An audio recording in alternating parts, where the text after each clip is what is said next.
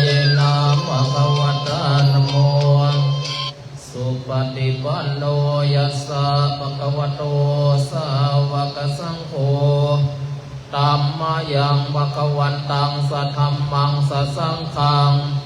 อิเมหิสกกะเรหิยะถาระหังอโรปิเตหิอภิปูชยาสาธุโนมันเตภะคะวาสุจิราภรินิพุโตปิปัจฉิมาชนะตานุกัมมมานัสสาอิเมสกกะเรตุกัตตปนากรปุเตปฏิกันหาโตอัมหะกังทิขรตังหิตายะสุขายะอะระหังสัมมาสัมพุทโธภะคะวาอุดังภะคะวันตังอภิวาเทมิสวากขาโตภะคะวะตาโมธัมมังนัมสสามิสุปฏิปันโนภะคะวะโตสาวกสังโฆสังฆังนะมามิอันธรรมยามุรสาภะคะวะโตภะคะวะคะนะมังกรัญเจวะพุทธานุสติรยัญจกโรมาเสกัสสะภะคะวะโตอะระหะโตสัมมาสัมพุทธัสสะนะโมตัสสะภะคะวะโตอะระหะโตสัมมาสัมพุทธัสสะนะโมตัสสะภะคะวะโตอะระหะโตสัมมาสัมพุทธัสสะตังโอปันนังภะคะวันตังเอวังกัลยาโนกิริสัทโธวังมุขะโตอิติปิโสภควะอะระหังสัมมาสัมพุทโธวิชชาจารณะสัมปันโนสุขโตโลกวิทูอนุตตโรธัมมสารติสัตตาเทวมนุสสานังพุทโธภควาเตหันธรรมยังพุทธาภิกิติงโรมาเส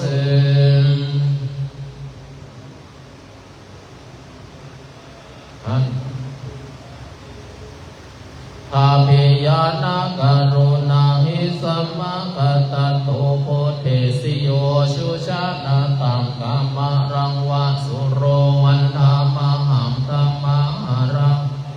สาสิเนนดาพุทโธโยสัพพะปะนินังสารนังเขมามุตตะมังปัตตมานุสติตาดาม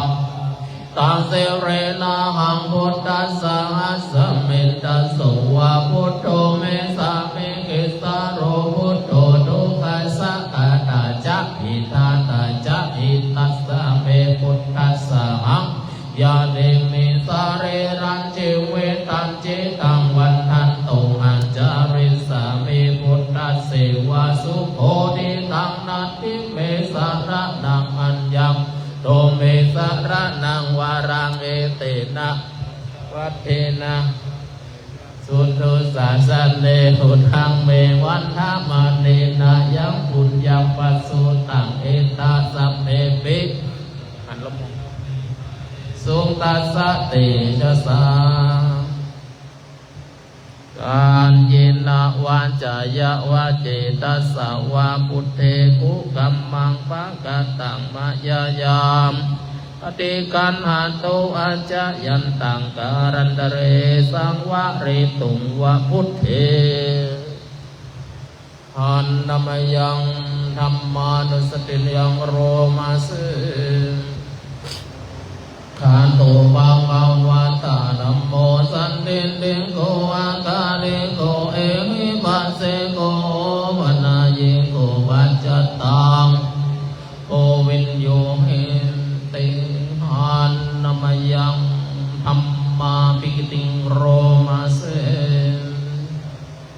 ปาตันตาติคุณนายโยกัมวะสีนะสีโยโยมะกะปะกะปะริยันติวิโมกะเป็นโตนัมโมกุโรกัปปะดานาดันดะอาริดาริวันธา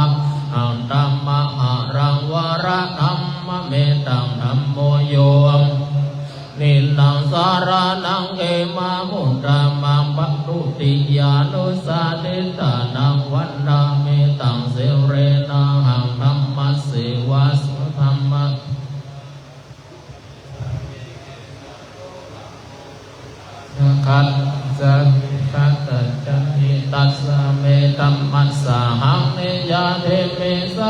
รันชีวิตันจีนังวันทันตุหาม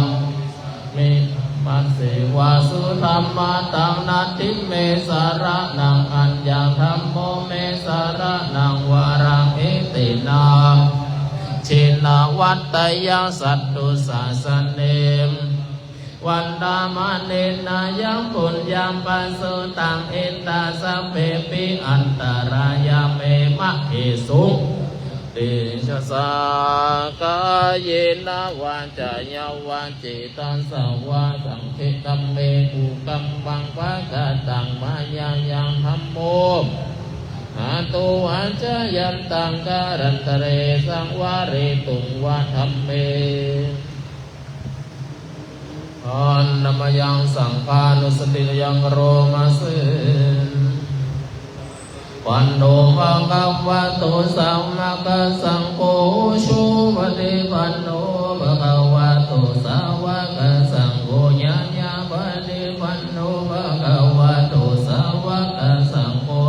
อิจิปฏิปันโนภะคะวะโตสาวกสังโฆญาณิทังจาตาริปิสะกาเนอัตถะปุริสะปุกะลาอิสะภะคะวะโตสาวกสังโฆอะหุนายโยบะหุนายโยทักขินายโยอัจฉรินิโยอนุตตรังปุญญเกตังโลกัสสติหันนมยังสังฆาปิติงโรมาสโชสุปะเดปะเดกุณาติโยโตโยตาปิโตอริยภูการะสังฆเสโตศีลานิธรรมปวารายาจิตโตวันธรรมหันตัมมหารังวรธรรมเมตังธัมโมโย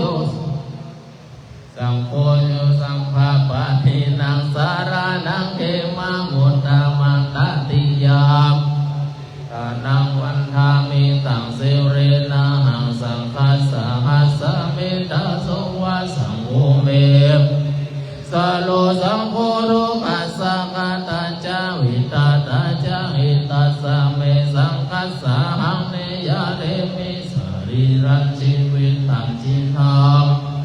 อาจาริสะเมสังกัสโสปะเดปันนาดานานิเมสารานังอัญญังสังโฆเมสารานังวาราม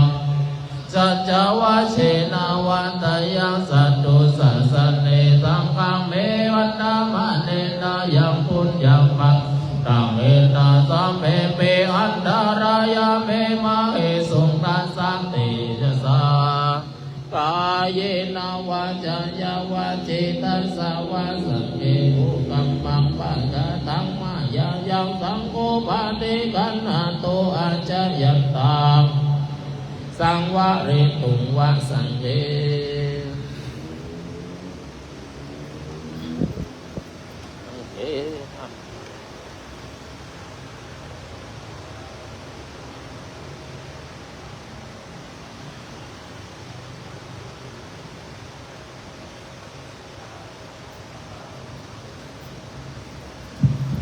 สอบ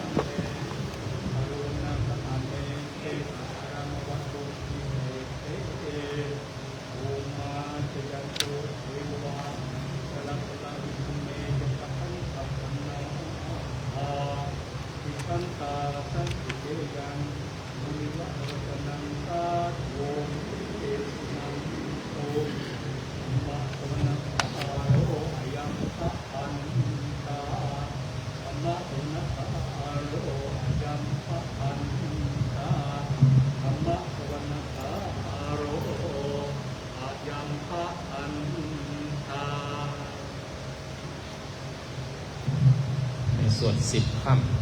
ำเสติปัฏฐานสูตรว่าได้สูตรถึงการทำวิปัสสนาแบบสติปัฏฐาน สมันตาจักวาเรสุอันตรกัญจตุเทวตาสัทธัมมังมุนิราชสาสุนันตุสัพพะโมคคัตถังนะโมตัสสะภะคะวะโตอะระหะโตสัมมานะโมตัสสะภะคะวะโตอะระหะโตสัมมาสัมพุทธัสสะนะโมตัสสะภะคะวะโตอะระหะโตสัมมาพุทธัสสะพุทธังสรณังกัจฉามิธัมมังสรณังกัจฉามิสังฆังสรณังกัจฉามิทุติยัมปิพุทธังสามิทุติยัมปิธัมมังสรณังกัจฉามิทุติยัมปิสังฆังสรณังกัจฉามิตติยัมปิพุทธังสรณังกัจฉามิตติยัมปิธัมมังสรณังกัจฉามิตติยัมปิสังฆังกัจฉามิสัมพุทโธนิพพันตังเสถโธมหากรุณิโกมุนีเอกายานังมังคังนามาญาณังอันเตสัญญิกิลินตาจินตาสัตตานังจินตาเลสังเวสุติยาสุกานังปาริเทวานังอัตติกัมมายาสัพพโสตุขานังโทมานัสสานังอัตตังกัปยาอัตติตังญาณเสวาริคัมมายานิพพานัสสะยาติปัตตานานาเมนาวิสุตังหิทาสะสันเนจินตังติสุดเด็ดตัดตังตังสังขันตัมหนามาเสอัตติโกเตนะบังกวาตาชนะตาปัสสะตาระมะตาสัมมาเอกายโนอายังมโหสัมมาทัคคะโตสัตตานังวิสุทธิยาสุกาปาริเทวานังสัมมาติกัมมายาตุขะมานัสสานังอัตตังกัมมายายายาสาติกัมมายานิพพานัสสะสัสสิกิริยายันติทังยัตตาโรสันติปัฏฐานากัตตะเมจัตตาโรกายานุปัสสิวิหารันติอันตปิสัมปัชาโนติมาวินัยโลกิหะวิชาโทมานัสสังทานาสุเวทนานุปัสสิวิหารันติอันตปิสัมปัชาโนสันติมาวินัยโลกิหะวิชาโทมานัสสะนังจิตเตจิตตานุปัสสิอัตตาปิสัมปชัญโนสัตติมาวินัยโลกิปิจาโทมานัสสังเมสุมานุปัสสิการันติอัตตาปิปัจจันโนสันติมาวินัยโลกิอปิจาโทมานัสสังกตัญจาเยกายานุปัสสิวิหารติอิตตาเบกุอัตตาเยกายานุปัสสิวิหารันติปะหินาวากะเยกายานุปัสสิวิหารันติจัตตังเยกายานุปัสสิวิหารันติสมุทัยธัมมานุปัสสิวากายสมิงวิหารันติวัยธัมมานุปัสสิวากายสมิงวิรันติสมุทัยวัยธัมมานุปัสสิกายสมิงวิรันติอัตติกายโยติวาปนัสสะสติปัญจุปันติตาโหติยวะเทวายานามัตตยามัตตยานิสิโตจะเวหารตินาจะกินจิโลเกอุปาทิยติเอวังโคภิกขุยานุปัสสิวิหารติกาตัญจภิกขุเวทนาสุเวทนานุปัสสิวิหารติภิกขุวัจตังวะนาสุเวทนานุปัสสิวิหารติวะอิตาวะเวทนาสุเวทนานุปัสสิตังวะอิตาวะเวทนาสุเวทนานุปัสสิวิหารติสมุทัยธัมมานุปัสสิวะเวท ราติวายาธรรมานุปัสสิวะเวทนาสุเวหารติสมุทัยาวายาธรรมานุปัสสิวะยานาโสเวหารติอาติเวทนาติวะปานัสสะสันติปัญโยปะเตตาโหติยาวะวายานามัตตายาปะเตสันติมัตตายาอันเนสิตุจักอาราเตนะจักขินเจโลเกหุมปาติยันเตเอวังโอภิกขุกัณาโสเวดนานุปัสสิอาราติกาตัญจาภิกขุจิตเตจิตตานุปัสสิอาราติภิกขุวิจัตตังวาจิตเตจิตตานุปัสสิวิหารติปะหิตาวาจิตเตจิตตานุปัสสิวิหารติตานุปัสสิวิหารติสมุทัยธัมมานุปัสสิวาจิตตัสสมิงอาราติวายธัมมานุปัสสิวาจิตตัสสมิงวิหารติสมุทัยาวายธัมมานุปัสสิวาจิตตัสสมิงวิราติอันติจิตตันติวาปันนัสสะสันติปัญโยมัตติตาโหติยาวะเทวายานามัตตายาติสันติมัตตายาหานิสินโตจักวิหารตินันจักขินเจโลเกปาติยาติเอวังโอภิกขุจิตเตจิตตานุปัสสิอาราติกาตัญจาภิกขุเมสุธัมมานุปัสสิวิหารติอินทาภิกขุจัตตังวาธัมเมสุธัมมานุปัสสิวิหารติปะหิตาวาธัมเมสุธัมมานุปัสสิอาจารย์ตังปะหิตาวาธัมเมสุธัมมานุปัสสิวิหารติสมุทัยธัมมานุปัสสิวาธัมเมสุวิหารติยะธัมมานุปัสสิวาธัมเมสุวิหารติสมุทัยวายะธัมมานุปัสสิวาธัมเมสุอาราติอัตติธรรมติวาปันนัสสะสันติจุติตาโหติยาวะเทวายานามัตตายาปฏิสันติมัตตายาอันติสิโตจักอาราตินาจักขินจิโลเกอุปาทิยาติเอวังโอภิกขุธัมเมสุมานุปัสสิวิหารติอายังโหเตนะภะคะวะตาชานาตาปัสสะตาอะระหะตาสัมมาพุทเทนะเอกายานังมังโกสัมมาทัพพะโตสัตตานังวิสุทธิยาสุขะริเทวานัสสัมมาติกามายาตุกะโทมานัสสานังอัตถังขามายายายาสะมายานิพพานัสสะสะสิเกลิยายายาติตังจัตตารโรติปัฏฐานาติกายานังชันติสกาปัจจานาติงิตานุกัมปิเอเตนามาเกนาตาริงสุภูเปริสาเรจิวาทารันติโจกันติสันติปัฏฐานาปะโพติโตอัตถิโลเกศีลาอุนโนสัจจังสุจยะตัญญาตินะเตนะกะหะเมสัญญาเกลยามะ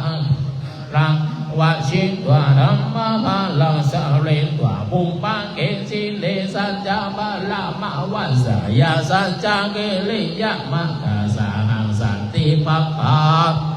นาสันติปาดาวัจจานามาตาปิตาจเนขันตาจตะเวตาปฏิกามาสหาสัจจิกติไมหังมหาปัจจลิตุสิกขีเสสิโสรัสสะกะเรสาเนอุตตะกังปัตวายาตาสิกขีเจนะเมสะโมนันติเอสะเมสัจจะระเมติสัพพะพุทธานุภาเวนะสัพพะธัมมานุภาเวนะสัพพะสังฆานุภาเวนะทารัตตานังธัมมารัตตานังสังฆารัตตานังตินนังรัตตานังนุภาเวนะจันตุลาสิเตสังหัสสะธัมมขันธาภาเวนะจันปิตากัตตยานุภาเวนะชินนะวากาโนมาเวนะสัพเพเต ขาสัพเพติปัญญาสัพเพติดารายาสัพเพติอุปัฏฐวะสัพเพติทุนิมิตาสัพเพติอวะมังคลาเวนัสสันตุยุวัดดาโกดานาวัดดาโกสิริวัดดาโกยาสวัดดาโกบัลละวัดดาโกวัดนาวัดดาโกสุขะดาโกโตสัมปาดาโนกาโรกาปยาเวราโสกะสันตุจุปัตตวะอันเนกายาปิวินาสันโตจาเตสะจาจายาสิทธิตานังลาบังสุธีปังกายาสุขังปะลังสิริยุจาวันโนจายาสัจเจยุจาชีวสิทธิวันตุเต99จายาสนากัตตาพุทธาอนันจโตสัจจังปัตตาราสังเยปิวินโสนาราสัมปัตตังหังกาลาทโยวิสาตินายากาสัพเพปะติติตาไมหังมันตะเกเตมุนิสาลาสิเสปะติติโตไมหังโตธัมโมนาเวโรจนิสังโมปะติติโตไมหังสัพพะมุนังกะโลอัตยิเมอนุรุตโตสาลิปุตโตกัปปิเมปุนัญโยสามิปันลันโนชันวามังเกตังกิเตสวัตเตมหังอาสุมานันตะอุลกัสสะโพจามหานาโพปะสงวามาโสดาเกเกสันเตปิติปังกัสสะมิโยวะปะปังกะโลนิสินโนสิริสัมปันโนสัมปิโตโมนิปุกะโหปุมาระกัสสะโพเรโรมาเอสิยินนาวันดากุโสไมหังวันดาเนมิจัมปะนิทาสินังกะโรปุณโนโอเลมาโลจาอุปาลินันดาสิวันเลเทรานาราเตเตรากามามะสิสาสิติมหาเทราชิตาวันตาชินโนรัสสะสารันตาระเตจินนาอังคัมมังเกสสันติตาระตานาโมระโตอาสิตากินเนเมตตาสุตตะกังราชักขังปัจจโตอาสิอังโกเลมาลากังพันนาโมระบาริตัญจาตานาติยาสุตตะกังอากาศิชะนังสุสันติตาชินาลังบาราสังโยเตธัมมาปะกาลาลังกาเทวะสะโตเมสังเจนะสัมมาสัมพุทธะปัจจาเทวตาปิตาอาเอลาชาตุปันดาวาเสสาเวนะยังยันตุอานันตาคุณนาติจาสาชินนาปัญจาระจัมมิวิหารันตังมหิตาเรสัตตาปาเรนโตมังสัมเมเตมหาภูริสาสัมภาอิจิวะเมกาโตรังโอสุรังโอพุทธาจิตโตปันดาวธัมมานุภาเวนะชิตาริสังโฆสังฆาจิตตะระยุจารามิธัมมานุภาวะปาริโตติชยะปัญจาราปันนาราสัพพะนิติตาชาพยาปัญจเวกิตัวยังจีวารังพุทธังตังยาวะเทวะสีดัสสะปันติกาตายะอุณหัสสะปันติกาตายะสัมปันตะสังวัตังตะปัสสิริสัมมาสัมมาสานัมปะเรกาตายะยาวะเทวะหิริภูปินนังติจาตานัตถังอาชะยามปัญจเวกิตัวโยปินดาปะโตริปุตโตโสเนวะตวายนะมัทายนะมันนันนายันนาวิปุสันนายะวะเทวะหิมัสสะกายะสะลิเตยายะมันนายะเวหิสุปาระเตยะพระมัจจาริยานุกามายะอิติปุระนัญจเวทนังติหังกาเมนะวัญญเวทนังนะอุปะเทสะเมยัตถะราชเมวิสาเตอานะวัชชาทาชะภะสุหาโรจเตอาชะยามปัญจเวกิตัวโยสีนาสานังมาริวุตตังตังสีตัสสะปันติกะตายาอุณนัสสะปันติกะตายานัสสะป สวัสดิ์ตปะสิริสัมปัสภาษานังปันติกาตายะยาวะเรวะอุตุปาริสยาวิโนดานัมติสันลารามาตาจะมยาวะจาเวกิตวะนาปัจจายะเวสัชาภริกาโรริมุตโตโสยาวะเทวุตุปันนานังไวยาวะเทกานังเวทนานังอัปยาปัจจปารมาตายาติ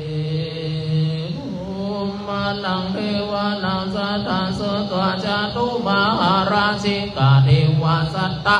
นุสาเวสุจตุมหาราชิกานังเทวานังสัทธาสุตวะตวะติสาเทวาสัตตะนุสาเวสุตวะติสานังเทวานังสัทธาสุตวะวาสัตตามนุสาเวสุยามานังเทวานังสัตตาสุตวะตุสิตาเทวาสัตตานุสาเวสุตุสิตานังเทวานังสัตตาสุตวะราติเทวาสัทธามานุสาเวสุนิมมานาราตินังเทวานังสัตตาสุตวะปารานิมิตาวัสสวัตติเทวาสัตตานุสาเวสุปารานิมิตาวัสสวัตตินัง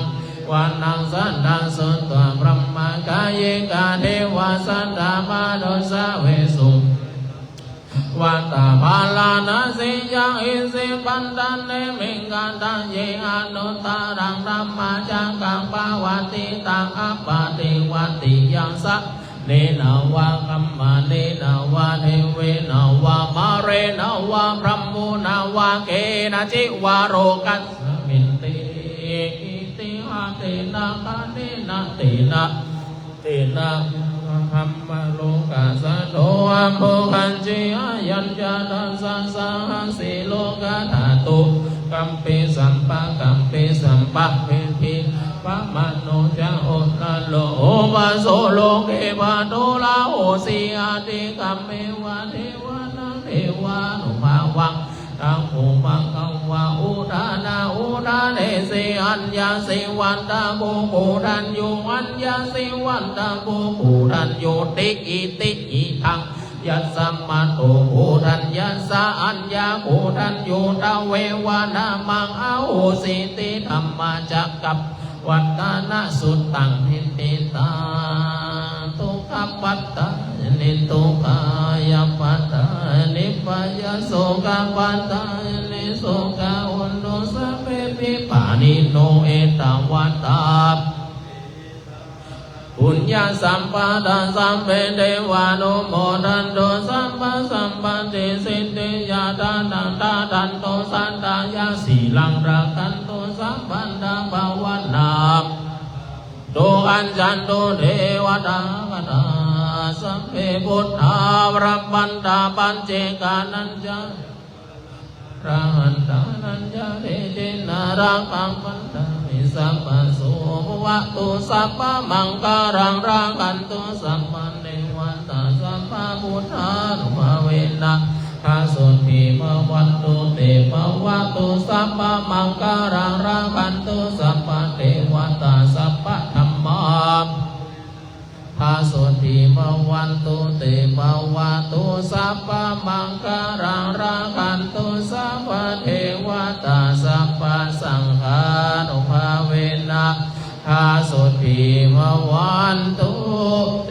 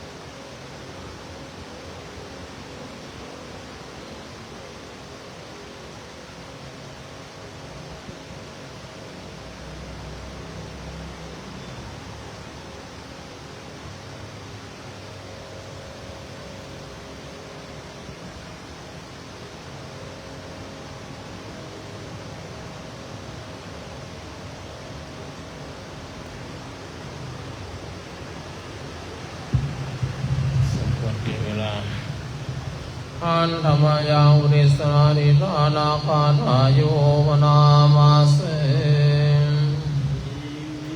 ปุญญากรรมเมนาอุปาชายาบุโนตระอาจาริโยปะการาจามาตาปิตายายาตังกาสุริโยจาวุนาวันตานาราปิจาพรหมราชาอินทาจาโลกาภาลาจาเทวตายโมมิตามนุสสัจามัจจตาจาสเปสัตตาสุขีหุตุปุญญานิปังกัตตานิเมสุขังจติวิทันเตตุกิปังปะเปอิมินนาปุญญากรรมเมนาอิมินนาอุติเสนาจาคิปะหังสุราเพจิวาตันหุปาทานาเจตนามอินานัมมายาวานิพานาโตมามานาสันตุสัพพะทาเยวายาทาชาตุเวเวอุชุจิตังปัญญาสันเลโกเวริยมินามาราลามันตุโนกัสสังกาตุนจาวิริเยสุเมบุตตาติปาวาโลนาตุรัมโมนาโทตุปัจเจกาบุตโตจาสังโฆนาโทตโรมามังติสุตมานุภาเวนามาโรกาสังลาพันตุมาจบเจ็ดดินทวัฒน์หรือยัง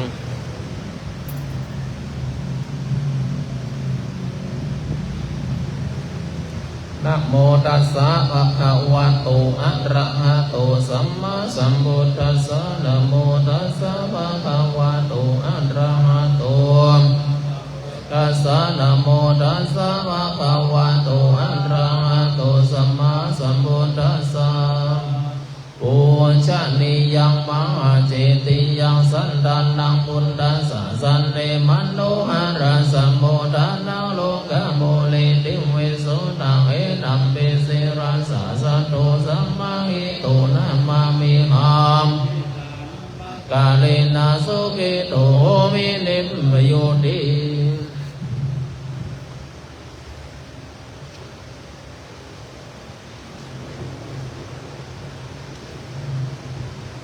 วันตามิมันเตสัมบังอภาราทังอัมมาดเมวันเตมยังกัตังปุญญาสามินา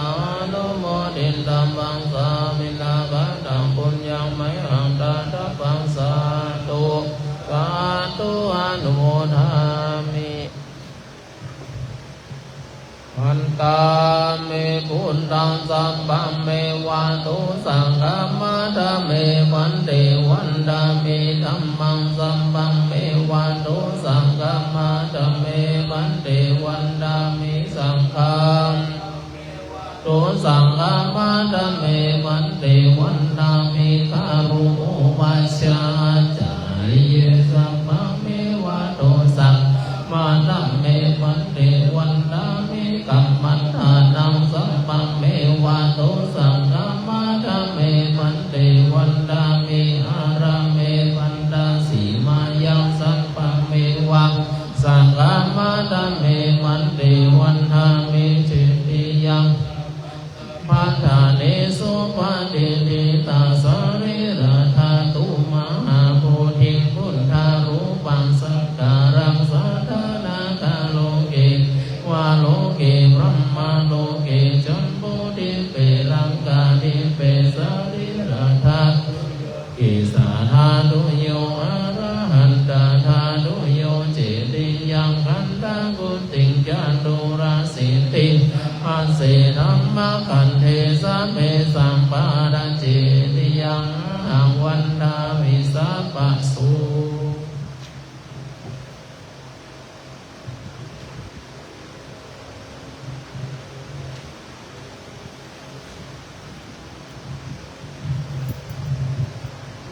สุวรรณเจติยังเกสาวัลามัตตาลุงบังวารัญญาธาตุงสุเทวานามกัมนาราเทเวหิสัมปะปุจิตังอะหังวันทา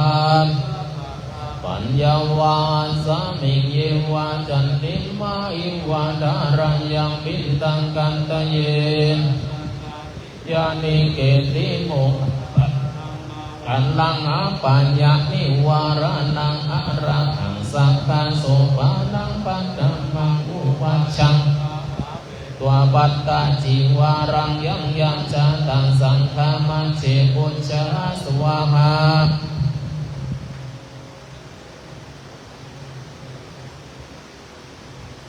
โต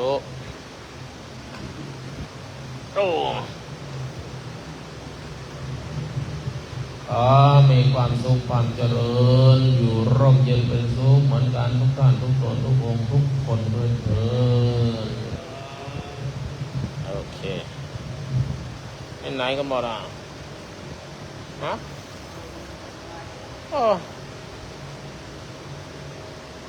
ได้นิมนต์นี่ทำวัดเช้าโอเคไป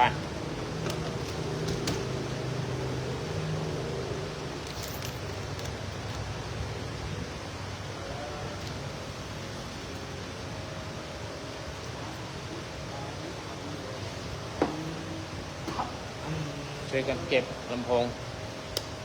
พัดลม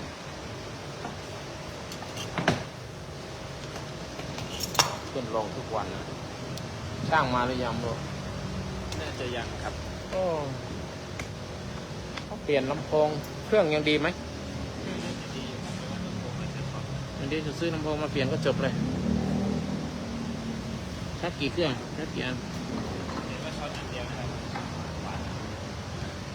ต้องจดกำลังของเครื่องเลขกำลังเครื่องแล้วก็ซื้อลำโพงเดี๋ยวพรุ่งนี้จัดการแค่เปลี่ยนต่อสายแค่นั้นนะ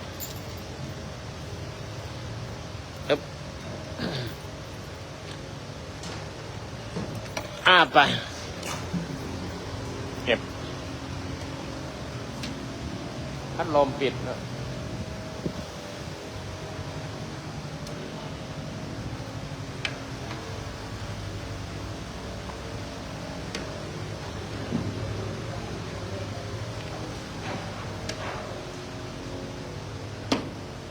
มาเสร็จแล้ว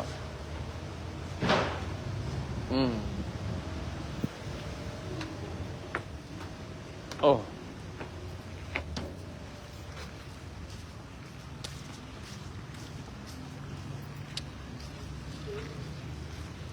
โลกมรียามเย็น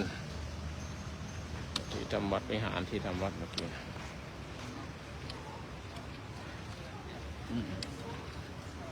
เทวดาตอนเย็น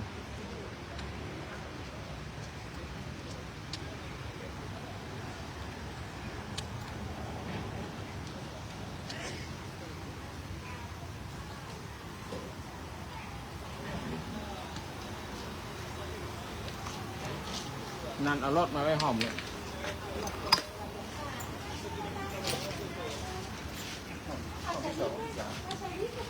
ที่สามเลยนับจากประมาณที่สาม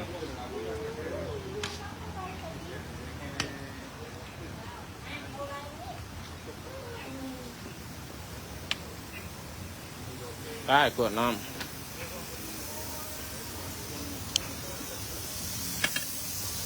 ติมินาปุญญกรรมเมนะได้เจเตชะบุญกุศลทั้งหลายที่ข้าพเจ้าได้มาเห็นมาทุกภพชาติบุญสัมมาปฏิบัติบุญมรรคมีองค์8บุญศีลสมาธิปัญญาบุญทานศีลภาวนาเห็นได้คำว่าบาลีบาเบ30 ทัศบุญทั้งหลายทั้งปวงจงมารวมกันเป็นตบะเป็นเดชะเพราะว่าปัจจัยของพระพุทธเจ้าให้ข้าพเจ้าได้มีดวงตาเห็นธรรมและเข้าถึงธรรมของสมมาสมุทรเจ้าจนสูงยิ่งขึ้นไปขออาสวะกิเลสทั้งหลายกรวะเกณฑ์กายจงหมดไปในสมุทรสันดานของใจโดยเถิดขอที่สมุทรสนหาพ่อเกิดไม่เกิดที่ตรงข้าพเจ้ามาเกิดเช่นจับตัวเทวดาจนตัวข้าพเจ้าครูบาอาจารย์ให้เจ้าพระของพระเจ้า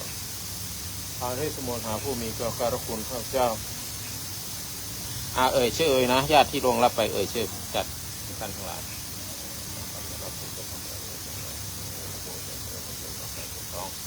โยมบิดามารดาพระเจ้าพระราชสมร้อนที่สมุทรถึงญาติที่ยังญาติที่มีชีวิตอยู่เอ่ยชื่อเอง ดูการจัดยอดจัดการจัดการจัดการจัดการจัดการก็มีแต่ความสุขความเจริญร่มเย็นเป็นสุขมั่นทุกอย่างทำโดยร่ำรวยโชคดีสำเร็จก็ถึงทำสิ่งยิ่งไปและที่ถามครูบาอาจารย์ทั้งหลายที่มีชีวิตอยู่ก็ตามที่ล่วงลับไปแล้วก็ตามผู้มีพระบารมีคุณข้าพเจ้าและพระบูชาที่หัวหน้าภาคก็แล้วพระครูมารธรรมยุทธครูวิยนธรรมกุวิทย์ตุลุงเจ้าชื่อสิโรจน์ที่แก้วอาจารย์บุรีวันลีโนในที่นักเทวธรรมตาผลชนะพระเจ้าที่พระเจ้า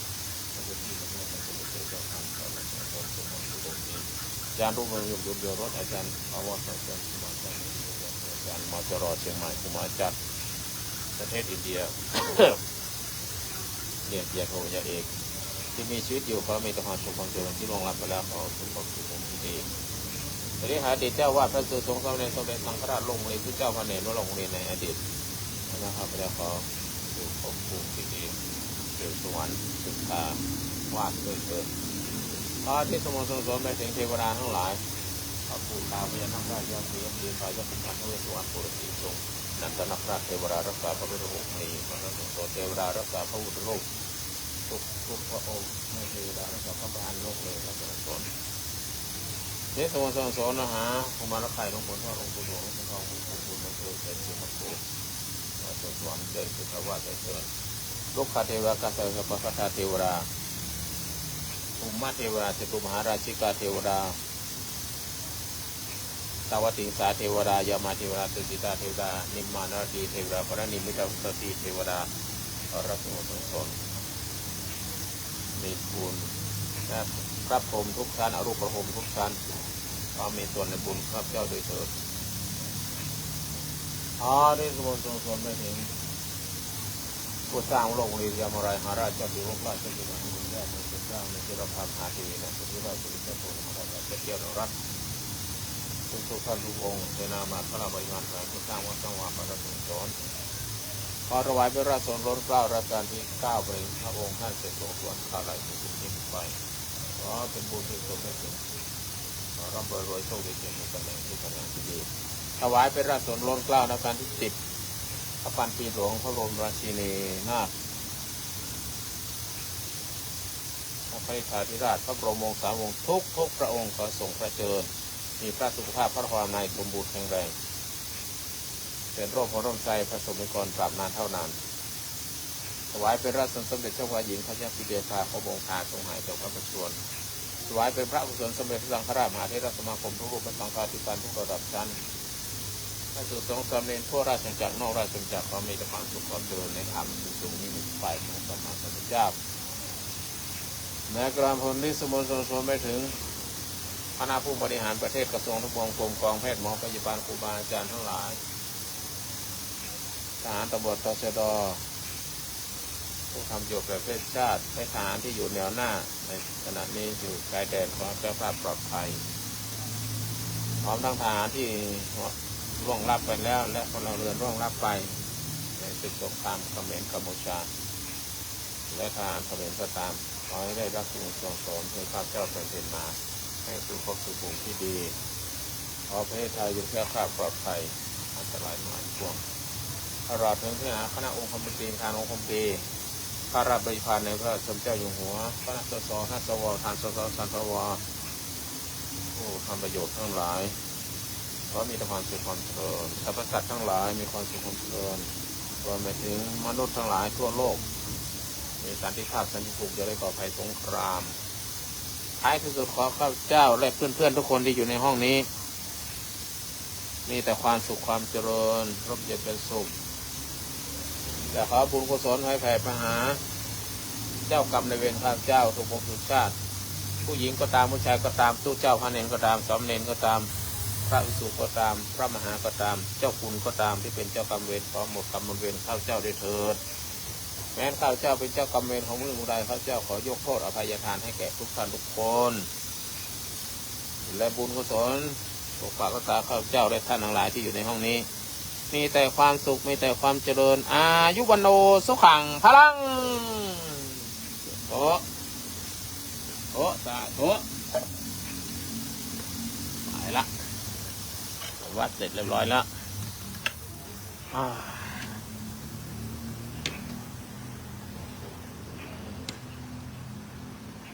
สุขังพลังยุวโนสุขังพลังยุวโนสุขังพลัง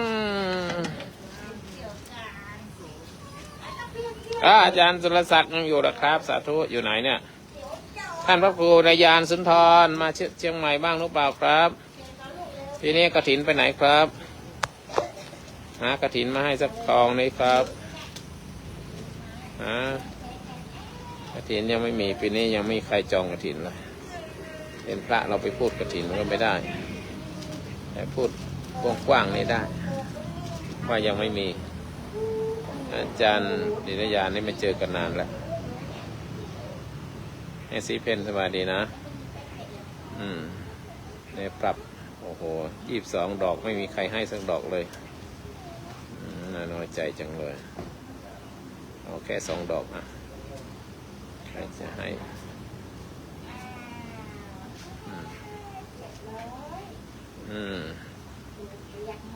งามสวัสดิ์อยู่ไหนเนี่ยไปกับหลวงพ่อหรือเปล่ากราบนมัสการพระคุณเจ้าค่ะโอ้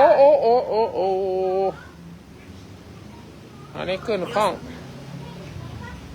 เอาเกลือไป2 ดอกจ้าส่งมา2 ดอกเสียดีๆต้องใช้อีกยูสหนึ่งแป๊บหนึ่งแป๊บเดียวค่ะ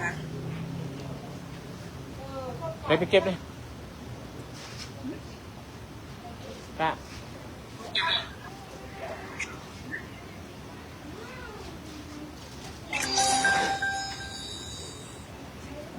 จันเจ้ามาดีเลยไม่ใช่เลยสู้จันเจ้าไม่ได้หรอกจันเจ้ายอดเยี่ยมจันยอดจันเจ้ายอดนี่เป็นแท็กติกอันนี้เขาเรียกแท็กติกกันต้องมีแท็กติกคนเราถ้าไม่มีแท็กติกเนี่ยมันได้เสียรู้เสียโอเคขอยุติการถ่ายทอดสดเพียงเท่านี้ขอความสุขความเจริญจงมีแด่ท่านทั้งหลายท่านทุกคนเดี๋ยวเจอกันคนตักขึ้นห้องสาธุเจอกันพรุ่งนี้เช้าตี 55 นาทีทำวัดเช้า